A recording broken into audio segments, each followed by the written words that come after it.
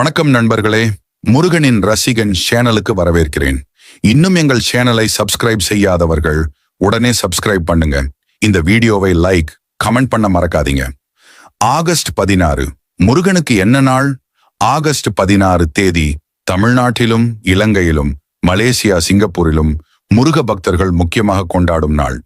இது பெரும்பாலும் ஆடி மாதம் நடக்கும் ஒரு சிறப்பு. ஆடி கிருத்திகை அல்லது ஆடி மாத ஸ்பெஷல் விரத நாள் என்று அழைக்கப்படுகிறது. ஆடி மாதம் முருகனுக்கு மிகவும் பிரியமான மாதம்.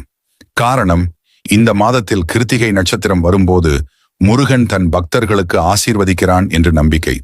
பழமையான புராணங்களின்படி கிருத்திகை நட்சத்திரத்தில் முருகன் 6 முகத்தோடு பிறந்த நாள். அதைத் தொடர்ந்து தேவசேனா, வள்ளி திருமணங்களும் ஆடி மாத கிருத்திகையில் நினைவு கூறப்படுகின்றன. ஆகஸ்ட் 16 அன்று பல முருகன் கோவில்களில் அபிஷேகம், பால் குண்டம், பவனி போன்ற சிறப்பு வழிபாடுகள் நடக்கின்றன.